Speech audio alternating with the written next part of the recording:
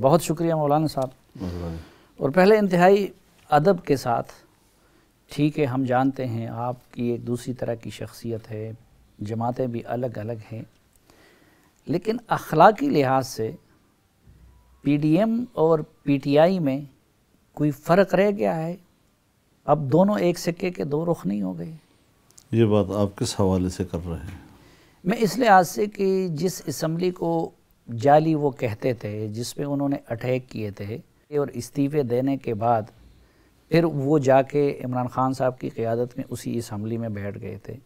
آپ لوگوں نے بھی اس پارلیمنٹ کو جعلی کہا تھا، اس سے استعفوں کا وعدہ کیا تھا، 31 کی ڈیڈ لائن دی تھی، اور آپ لوگ اب اس سے پیچھے ہٹ کے اس اسمبلی میں جا کے بیٹھ بھی گئے، اور اب سینٹ الیکشن اور ضمنی الیکشن کے ذریعے اس کو مزید تقویت دے رہے ہیں. بہت تاخیر کی ہے آپ نے یہ سوال کرنے کی.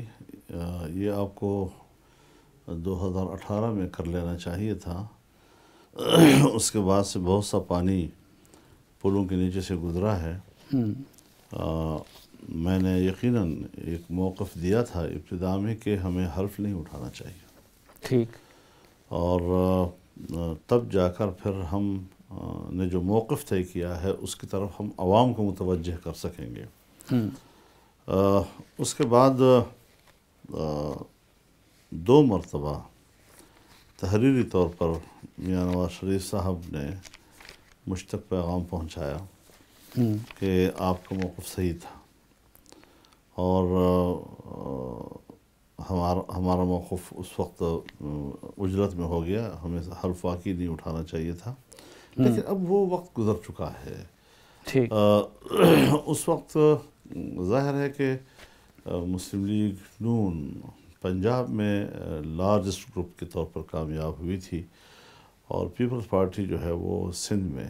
تو ان کا یہ خیال تھا کہ اگر اکثریت صوبوں میں ہماری ہے اور ہم حکومتیں بنا سکتے ہیں تو پھر اس وقت شاید یہ استعفے حلف نہ اٹھانے کا معاملہ صرف یہ نہیں کہ عمران خان کے لیے مشکل بنا سکتا ہے، تو ہمارے لیے بھی مشکل بنا سکتا ہے. اس وقت آپ اور یہ قوم پرست جماعتیں اسمبلیوں میں بیٹھنے کے حق میں نہیں تھی. ہم یہی چاہ رہے تھے کہ ہم حلف نہ اٹھائیں، اور پیپلز پارٹی اور نون لیگ نے آپ کو مجبور کیا. پھر ظاہر ہے کہ سب کا جب ایک فیصلہ ہو گیا تو اور پھر نواز شریف صاحب نے آپ کو تحریری طور پر لکھا کہ آپ کا موقف درست تھا.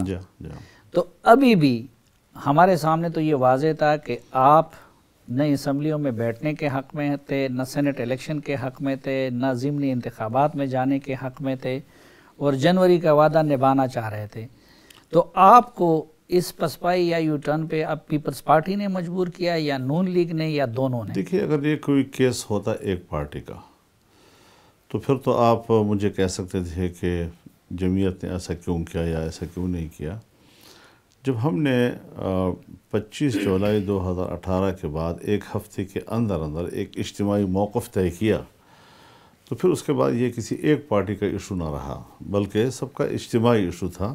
لہذا جب سب دوست ایک رائے پہ اتفاق کر لیتے ہیں تو پھر کسی ایک جماعت کو الگ تھلگ راستہ لینا ذرا مناسب نہیں تھا.